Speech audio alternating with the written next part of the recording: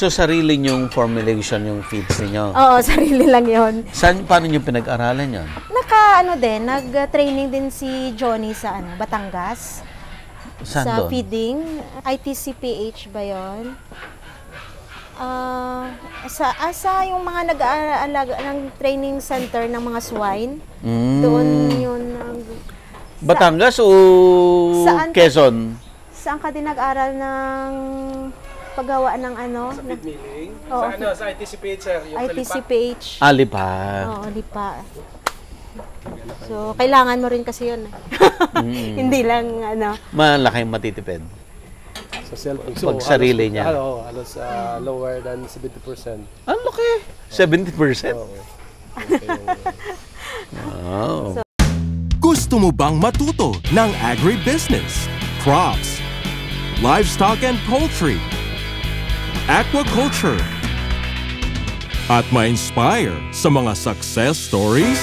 Agribusiness, how it works. As a YouTube channel, Agribusiness features entrepreneurs, farmers, organizations, OFWs, investors. However, beyond our usual content and official endorsements, Agribusiness does not engage in other business dealings with them. While our viewers and featured individuals and entities may choose to pursue business deals with each other on their own, we encourage them to be cautious in doing so. Kasi nung biglang tumaas yung presyo. Yung COVID. Yung transit in between sa COVID and after COVID, laki na na-presyo. Halos na doble. Oo. So, hirap pag hindi ka mag-self-mix. Before, nag-commercial din kami. Commercial ng feeds ka, so parang hindi sustainable. Hindi kaya. Medyo luma na Sir Bads yung aming house. May repair. Umpisa ng may repair. May repair cost. Yung overhaul Gastos na naman. Gastos na naman. Araw-araw may gastos. Araw-araw may gastos. Pinapakain. Pero ngayon maganda yung parang yung trend overall. Gumanda masyadong lalo. Yung lapit tayo doon, sir, para hindi maputol yung audio natin. Tuloy-tuloy pala ito. Sales, naghihintay yung customer. Ngayon. Compare sa production cost, parang hinihintay mo lang yung kambing mo na ready to release na. Sa breeding yun. Sa breeding. Sa milk, newly found na customer namin na parang I think more sustainable.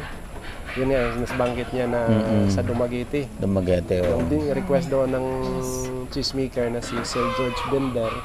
Foreigner? German nationals. German siya. Bring as much as you can. Sana pag-aralan nyo rin yun, yung cheese making. Oo, naka-schedule kami sa kanya. Actually, nagkakandak rin siya ng training doon. Oo. So, I think pa-schedule rin namin siya na stay doon. Masarap yung cheese niya? Kunti lang yung, parang dalawang variety lang yung natikman ko. Okay, maganda naman. Pero marami siyang parang mga most requested ng customer niya. Hindi ko pa natikman nun. Yung mahirap lang kasi dito sa atin, sir, sa Iloilo, kasi yung mga culture. Yung mga gagamitin mo, hindi available dito. Punta ka pa ng Maynila, pero imported din yun. Oo. So, another cost yun sa shipping fee nila. And then, yung ibang mga cheese maker din dito, sa labas din sila bumibili. Pero at least pag cheese na, hindi na siya masisira basta-basta. Oo. Umaba na yung shelf life. Yun yung naging advantage na. Kasi pag fresh milk, pasteurized milk, gusto nila. Pinipipid lang ngayon kasi. Gano'ng kadami ang pakain? Sa isang kambing na mga ganito, nasa 5 kilos per day. Per day? Dami rin, Madami rin. So, pero yung mga young, parang parang proportional naman sa body weight nila. Magkano cost nun yung 5 kilos na yan? 5 kilos. Pag sariling feeds? Yung sa 5 kilos kasi ng Sir Buddy, pang sa silage or sa fresh, halos yung cost doon sa 8 pesos to 10 pesos per kilo. Tapos, out of the 5, kailangan parang may 1 kilo ka na feeds sa pang 6 kilo. Yung 10% ng kanilang body weight. Gaya nito, yung mga nakaseparate na minimilkingan, medyo binibigyan ng extra na kahit self-mix na concentrate pero mas marami-rami yung sa kanila. Which is, Bumibili pa talaga kami yung ng gatas nila. soya. Soya. Yung soya parang magandang ingredients. Pero in terms naman sa commercial, maganda yung commercial concentrates. Soya na byproducts o soya mismo? Soya mismo na pang feeds. Mahal? Yung soya kasi yung market noon, pumapalo sa market price. Pabago-bago yun everyday. Ngayon, nasa 30.50 cents per kilo. Hindi kayo ayaw yung magtanim? Wala kang Sa pagtatanim? ngayon, wala. Hindi pa Soya. namin na-try. Na-try nyo, nakita nyo yung kay Sir Manny? Sa Manny, Pinoy? yung ano doon, parang wala kaming makitang supply ng seeds eh. Native lang yun. Yung nito, OPB lang yun. Pero Oo, hindi dito siya, parang ano- walang mabibilan ng seeds mismo. Sa labas pa ba? Hindi ko alam kung saan niya nahanap yun. Pero nung nagkaroon siya, yun ang pinadami niya. Nag-start siyang paramihin. Then marami na siyang seeds. Saka siya ngayon nag-produce ng Pang malakihan. Yun yung parang yung ngayon pinag-aabala namin yung sabi niya, yung sorghum. sorghum. Nakakuha kami doon ng seeds na umpisa kay Sir Doc Arnel Del Barrio sa UPLB. UPLB. Kumuha kami doon ng parang binigyan kami ng konti. Naparami namin. Naparami nyo? Mga kalahating hektarya ngayon yung kayo. Ngayon, Nakabenta na rin ng seeds. Bumita na rin ng seeds. another negosyo. Nagbebenta kami dito ng seedlings ng mga indigo fera and mulberry. Oo, meron Laging na. naubos din. Naubos din. Oo. Pag hindi man maubos, tinatanim. Oo. Ganun. Ano yung mulberry nyo? Yung pangkain ng bunga o pangdahon? Pangdahon. Hindi rin siya, dahil sa mga forage, sinharvest namin regularly in 60 days, hindi rin siya makapag-bunga. Hindi yung mga bunga, puro dahon. Bunga. I mean, di ba meron yung variety na for dahon ang priority, may variety na Bunga. Yung masarap fruits yung bunga. niya. Oo. Yes. So, wala na yun, basta dahon. Basta dahon. Malalapad yung dahon. Mahirap palakihin ang yung giant. Giant mulberry. Giant mulberry. Oo. Ito yung parang mas feeling ko na parang more improved dito sa amin is kasi yung kids rearing namin is more on sa bottle feed. Unlike sa other farm na nag-dam Sa raising nanay. pa rin, sa nanay pa din.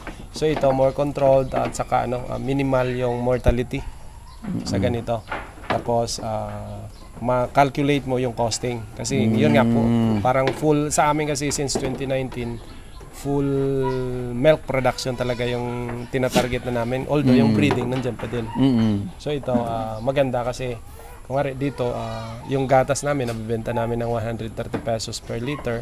Ito, yung cost namin sa milk replacer, nasa 35 pesos lang. So, may economics pa rin doon. Saan nanggagaling yung milk replacer? Sa Batangas, sa kay Carlo Tapia, si Batangas Dairy Farm Tech. Yan, binibili namin doon. Ano yun? Nagpo-formulate siya?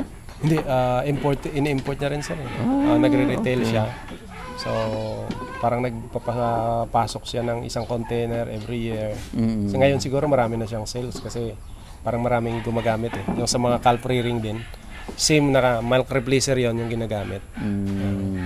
So, ito maganda yung ganito. Pero although, iba pa rin yung dam race, yung health ng kids. Mas healthy pa rin to kasi all the time makakadidi ito kasi yung may oras dito. May oras. Ngayon, sa edad nila nito, twice a day na lang, isa sa umaga, isa sa hapon. Tapos by right, kakain na sila ng fresh at saka yung concentrates. So iba pa rin yung sa dam race, mabilis pa rin yung growth rate. Pero Mga ito, ilang buwan po itong mga ito ngayon? isang buwan at saka yung pinakamatanda, 1.5. Pero malalaki Malalaki na.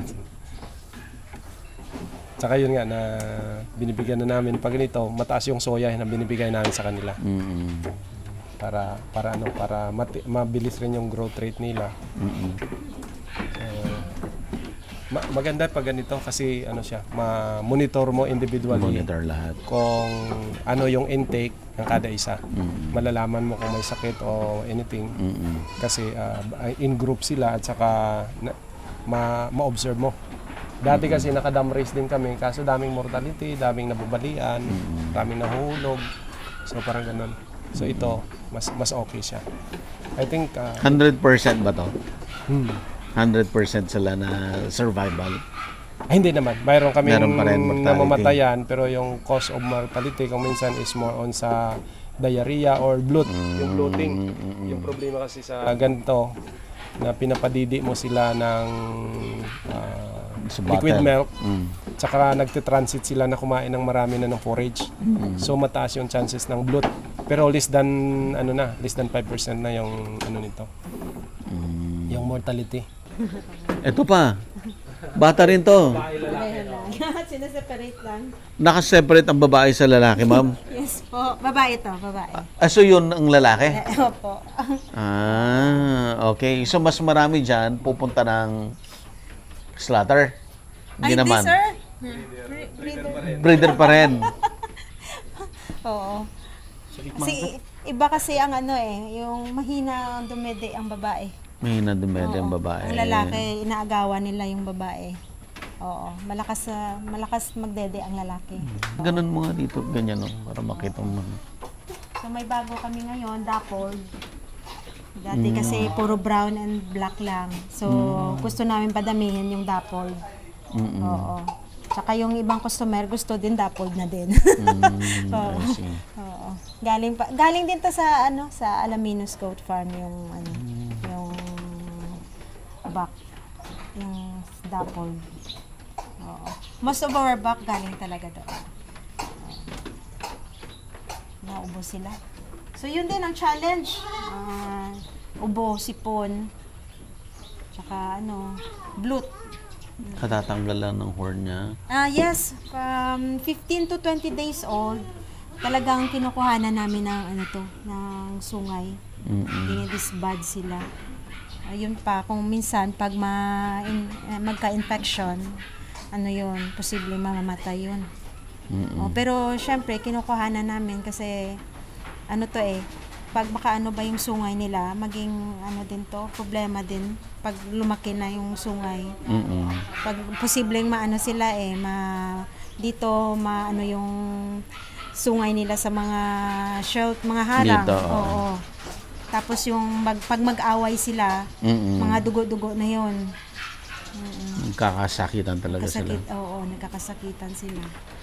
Ito yung mga, ito yung mulberry. Ano po to? Sirisa. Oo. Pati yan, kinakain nila. Kita natin to. Oo. So, kasi din to family of berries din ito. Oh, I see. Oo. So, parang yung scientific name na yata nito, may berry. Oo. Hindi ko lang maalala. Wild lang yan. Oo. Nagtanim na rin kayo? Hindi. Talagang sa paligid lang yan. Yung pinakaano talaga namin is, ang maganda talaga sa dairy goat is yung indigofera. Indigofera. Oo. Mas malakas yung magpagatas. Sabi nga nila, yun yung Chinese malunggay Oh, I see. Oo. Yun. Tsaka na-discover na din namin yung mulberry. Dati hindi rin kami nagpapadami, pero talaga yung namin na kita namin na ang indigofera talaga ang maganda para sa kanila. Lalo na pag ginagatasan. Oo. Saka maganda yung palatable yun sa sa mga kids. Dito kayo nagstay, ma'am? Yes. Dito na hindi na kami Actually may bahay kami na pinagawa bago kami umuwi. Talagang hindi yun na... Hindi nyo na mapuntahan. Talaga yun na na-touch. Kasi yung ang plano namin is, pagdating namin dito, ipagawa namin yun. Kaso lang, nag-pandemic, mas maganda dito na dito rin kami. Ano mo na pagkakaasya yung half hectare? Yun na, napagkasya na talaga. Napagkasya na talaga. Kasi hindi naman sila lumalakas. Puno ng mga tanim. Oo. Magtingnan lang natin ito mga Sige to. Dito po. tayo. Dito na lang namin nilalagay yung mga seedlings pag may ginagawa kami. So, yun, pinapalaki na lang Itong namin. mulberry, ba't malalaki itong mulberry mo? Talagang pinalakihan namin yan, pero yung para ba pag may pumunta dito, makikita, ito pala yung mulberry. Lalaki pala siya ng ganito. Parang may kami ba, model. Oo, kasi maraming pumupunta dito. Actually, maraming pumupunta dito, sir, na na gusto na talaga nilang bumili, or like mga seaman, yung mga mga OFW din. Gusto na talaga nilang bumili, dito na sila, may na sila, may pera na sila, ready na talaga silang bumili. Kaso babalik sila, hindi, wala silang dala na kambing. Kasi nakikita nila dito sa amin, hindi pa pala sila prepared. Mamamatay lang yung nila. Tsaka malaki yung ang investment nila. So, talagang sinasabi namin yon, may ka na ba? May mga pakain ka na sa kanila? O wala pa pala. So, wait ka muna ng 6 months. Wait ka muna. Total, mabilis lang naman lumaki yung mulberry. Yes, correct. Indigo Vera, mabilis lang din naman. Mombasa, mabilis din. Mabilis lang. Yun yung talaga ang Punta natin, ma'am, yung mga taniman mo. Oo. So, ngayon, actually, may bumabalik dito na mga customer. Bumibili na sila ng seedlings, hindi na kambing ang binibili. Sabi, ma'am, hindi pa ako ready. Ano muna, seedlings muna, ma'am. Tapos sabi, ito, ano po to? Yan yung Mombasa. Yan, sir. Mabilis yung paglago niyan. May seeds yan, pero dito hindi naaabot yung seeds. Kasi 2 to 3 weeks, na yan, harvest na yan kaagad. 2 to 3 weeks. Oo. 2 to 3 weeks. Pero magraraton naman yan, di ba? Opo. Oo. So yun, binebenta namin yun by yung sipi. Yung per Isa niyang ganon. Isang bigkis, isang ganon. Oo, para na lang nila, replant na lang nila. Sila na maghiwa-hiwalay. Oo. So ngayon, naisip namin na actually, it's better na yung taniman mo is dito lang. Sa paligid lang. Makaano ka ng farm na malaking farm, diyan mo na rin nilagay ang shelter mo, diyan na rin ang taniman mo. Kasi cost pa yung transport. Correct. Transport. Lalo na nung El Nino, kasi yung ipil-ipil, sir. Alam mo ba yung ipil-ipil? Yung maliliit yung dahon. Yun yung kinakain din. Maganda din kasi yun sa goat So, umaabot pa ng 11 kilometers ang pinanggagalingan kasi 'di ba mag-harvest sila, matagal pa tumubo. So sa malayo pa sila makakarating hanggang tumubo naman yung pinagkuhanan nila. So nung El Nino, yung cost ng gasolina lumaki talaga. Every week mga 3 times kami gasolina. So yun cost. Oo. Okay. Hanggang dyan yung property nyo, ma'am? Yes po. Yung may bakod? Opo. Ito, sir, Kobayashi naman to. Japan grass. Nakikita lang namin online. Parang corn?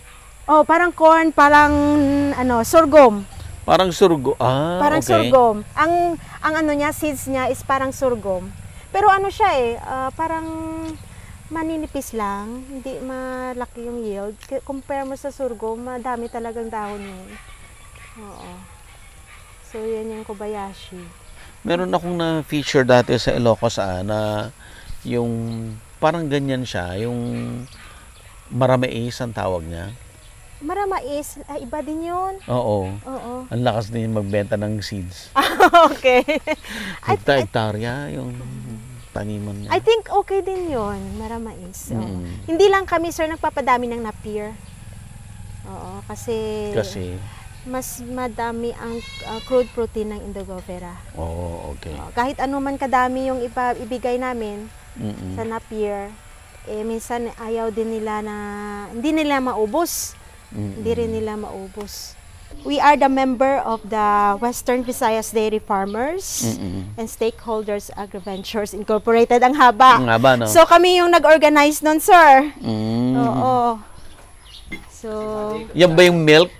Yes po. Try natin yung goat's milk. Yes. Po kayo, sir? Actually, nag-breakfast na kami. Kape ka, sir? Nag-breakfast na kami sa hotel. Gatas.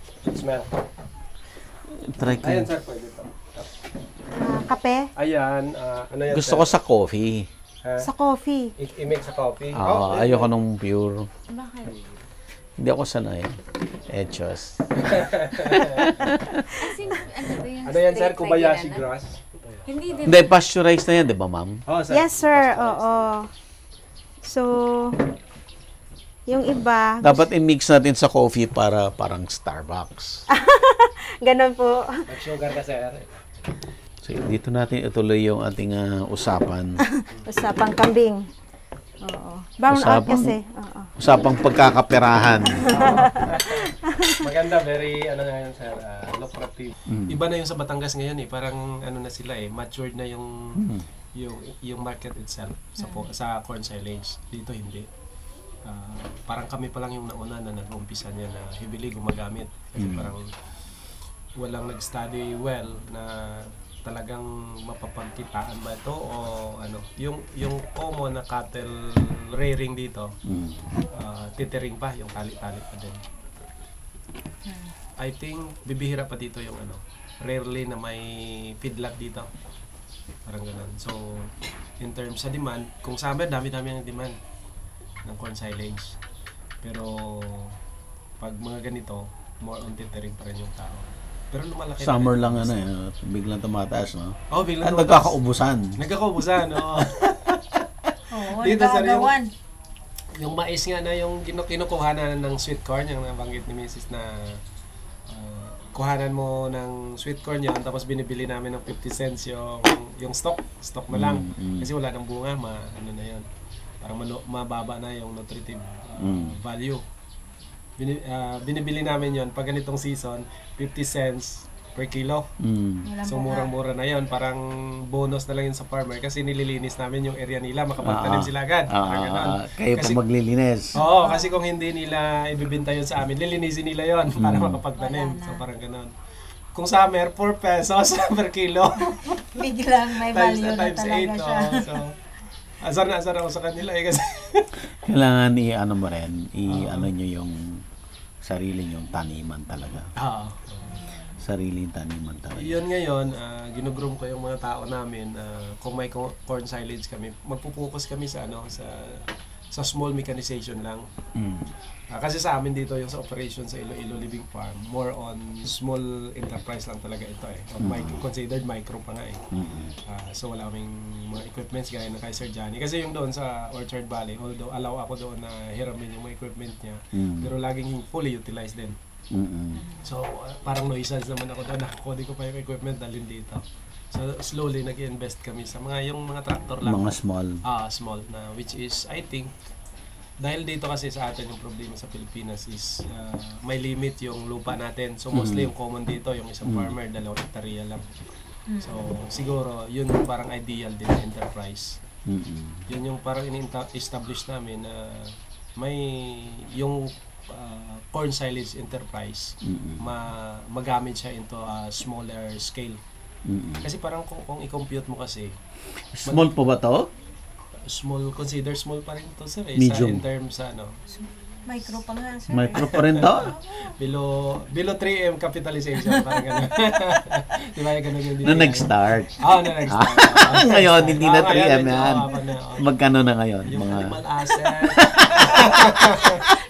Kailangan talaga, no? Parang napunta lang sir sa animal asset din. Yung kung ang asset lang ng farm, malaki na. Malaki na.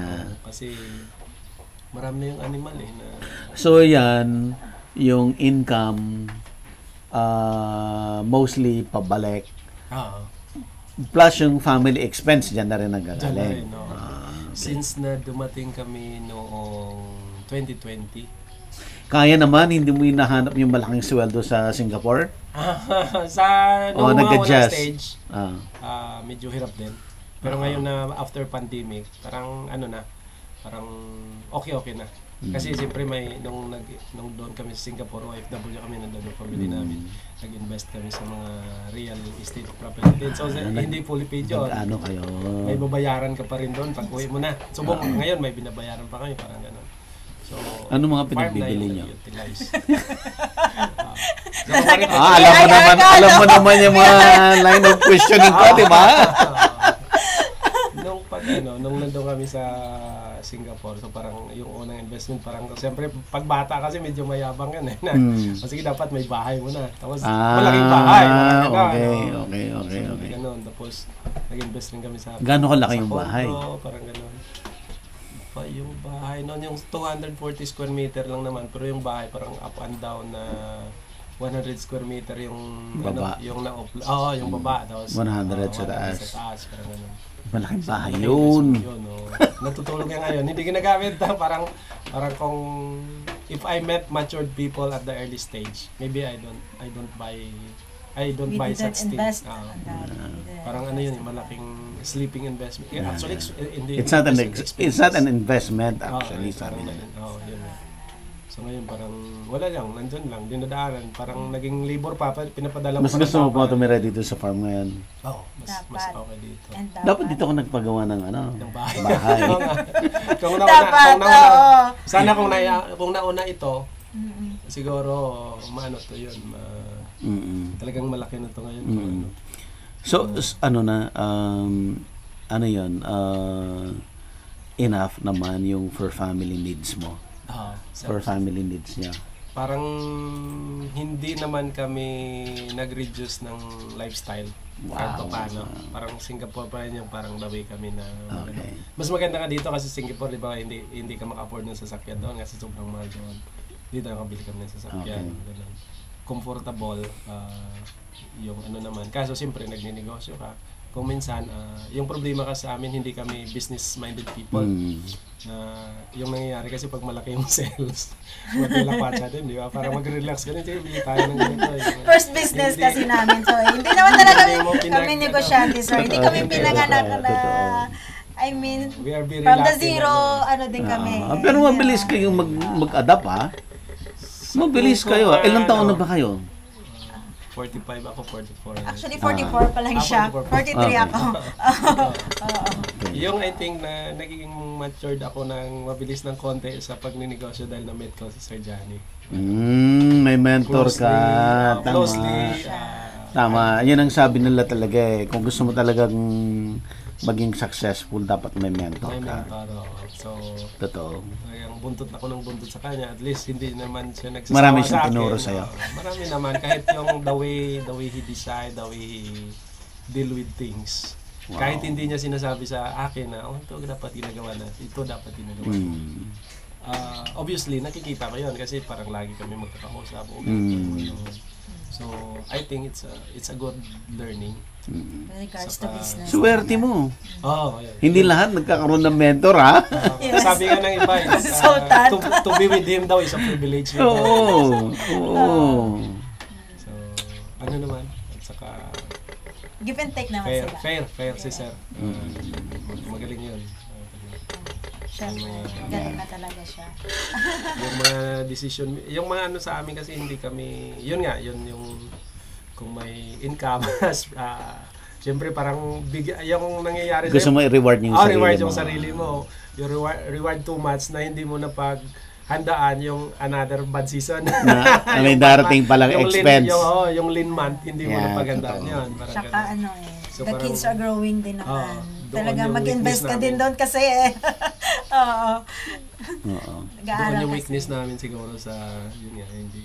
Pero pag ma-strategize, siguro, hopefully, since learning naman, I think we will do better.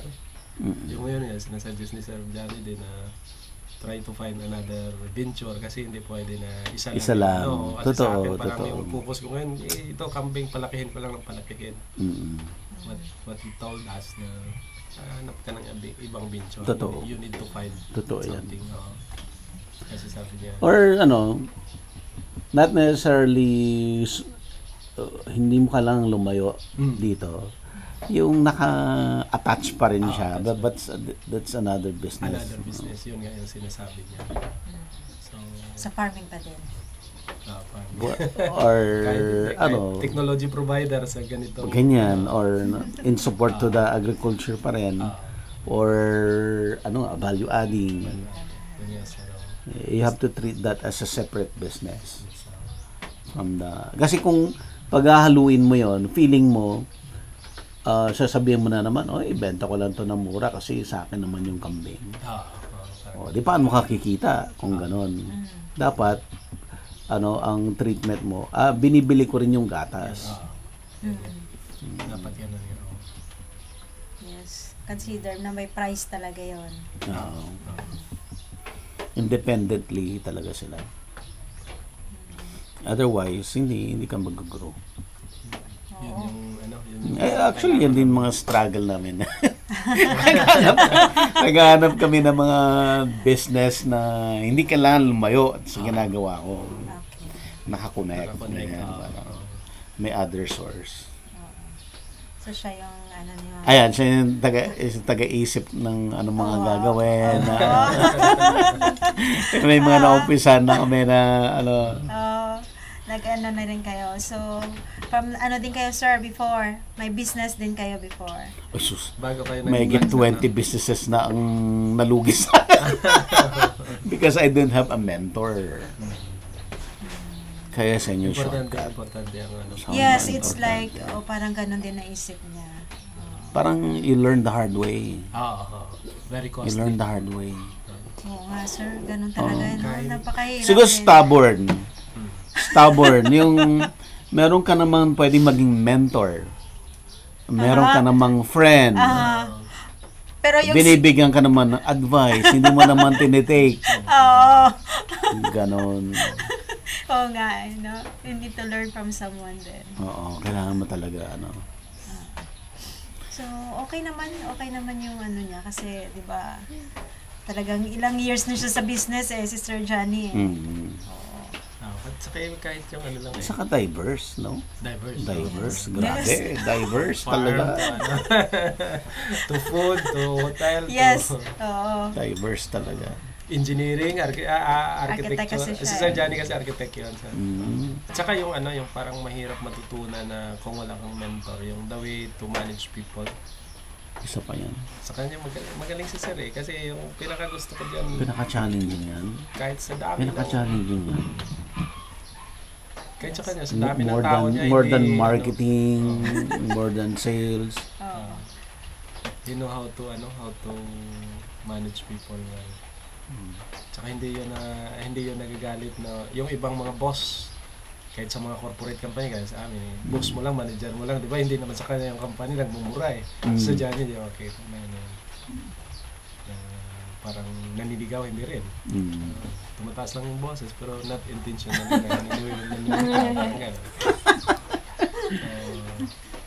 So, kumusta na yung business ngayon? yung dito sa Hindi ka nagsisi. Hindi naman. I think hindi naman. In the right track. In the right track. I think we enjoy this much. Yung ano lang, so of course there are bad times na parang kung minsan kasi yung sabi nila yung August, September. Yung lean months. Totoo yun. Nararamdaman nyo. Nararamdaman namin yun. Mayroong dito kasi, pumari, sa amin ngayon, sa nasabi ko na spend mo yung after sales na-spend mo na. Pag dumating yung month na yun na wala kang mapaghugutan, mahirap matulog Iyak ka mag-isa, parang gano'n. So, lalo na may mga dependent ka, may mga tao na kailangan mo sahuran. Parang yun kasi yung priority mo na dapat hindi ka dito mapahiya sa kanila Parang gano'n.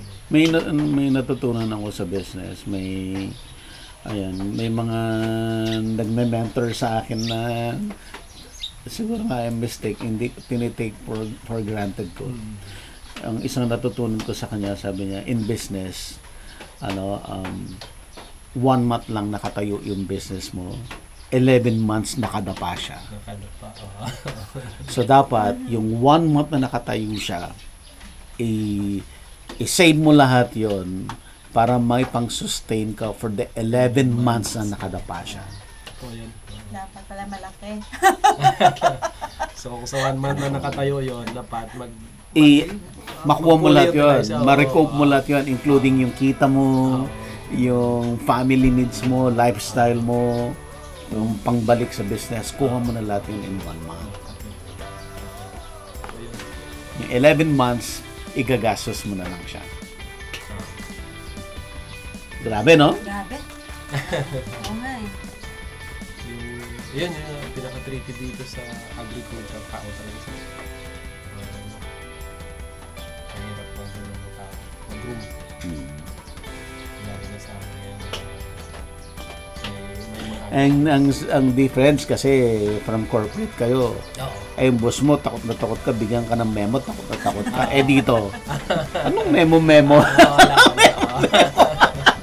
Actually, naman okay naman yung trabaho namin. Actually, okay talaga yung trabaho namin. Pero yun nga lang, nung time na nag-start na kami magbenta ng gatas, sabi niya, kailangan na talaga. Na-excite ka lang. Na-excite ka lang. Kung hindi lang tumama yung COVID, I think we are doing much better. Di ba tapos na yun. Tapos na. Nag-step back kami, tapos ngayon. At least, na-experience mo na yon on the early stage. Rather than, nag-start ka ng business, akala mo, tuloy-tuloy, maganda. Tapos pagdating ng araw, biglang na-experience yung mas lalo kang hindi prepared mo. Mabuti na ngayon na umpisa pa lang, na-experience mo na may ganito palang part ng business. Tsaka yung mga mental health din. Oo. Talaga na. Pag financial problem kasi, hirap na. Agribusiness merch is now available on Shopee and Lazada. Agribusiness, how it works. Instruct, inspire, succeed.